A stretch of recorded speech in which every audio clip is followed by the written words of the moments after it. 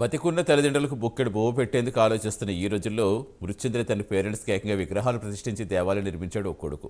మహబూబాబాద్ జిల్లా అనంతారం గ్రామానికి చెందిన శేషయ్య, ఎల్లమ్మ దంపతులు కూలి పనులు చేసుకుంటూ తమ ముగ్గురు కుమారులను ఉన్నత విద్య చదివించి ప్రయోజకులు చేశారు. ముగ్గురు కుమారులు ఉన్నత స్థాయి ఉద్యోగాలు సాధించి మంచి స్థితిలో స్థిరపడ్డారు. కనిపించని దేవతల కంటే కని పెంచి కష్టపడి చదివించి మంచి ప్రయోజకులు చేసిన కన్న తల్లిదండ్రులే నిజమైన దేవుళ్లుగా భావించి పితృదేవుళ్లకు మందిరం నిర్మించారు.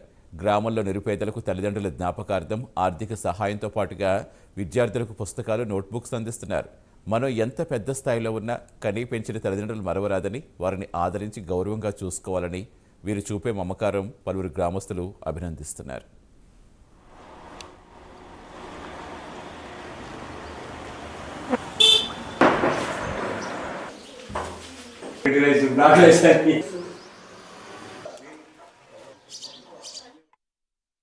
మా అత్తయ్యని మామయ్యని మర్చిపోకుండా వాళ్ళని విగ్రహ రూపంలో చూసుకోవాలని ఈ గుడి నిర్మించాము.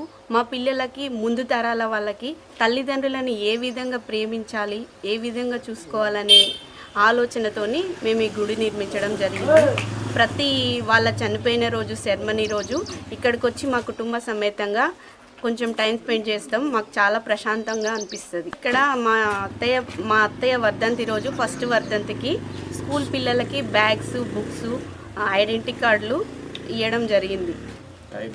టై బెల్ట్లు, పెన్స్, బుక్స్ 2022లో ఇక్కడ గవర్నమెంట్ స్కూల్ పిల్లలకి మా అత్తగారి పేరు మీద, మామయ్య గారి పేరు మీద బ్యాగ్స్ అన్నీ డొనేట్ చేశాము. కష్టపడి ఉన్నత స్థాయిలో ఎదిగినటువంటి డి విజయ్ గారు వాళ్ళ అమ్మా నాన్నకి గుడి కట్టించి మా గ్రామంలోనే ఒక ఆదర్శమైన వ్యక్తిగా అభివృద్ధి చెందిండు. ఈ ఆదర్శమైన వ్యక్తికి మనం ఏ రూపాన కూడా ఇక్కడ ఆయన మాటలలో మనం చెప్పలేము. ఒక తల్లిదండ్రులకు గుడి కట్టించి జీవితాంతం వాళ్ళకు కనపడని దేవుళ్ళకు పూజించడం కంటే తల్లిదండ్రులను పూజించడం మంచిదని ప్రతి ఒక్కరికి తెలియజేస్తూ అందరికీ ఆదర్శంగా మా గ్రామంలో ఉండి ఆయన ముందుకు వెళ్తున్నందుకు మాకందరికీ చాలా సంతోషంగా ఉంది. ఆయనకు మేమందరం కృతజ్ఞతలు.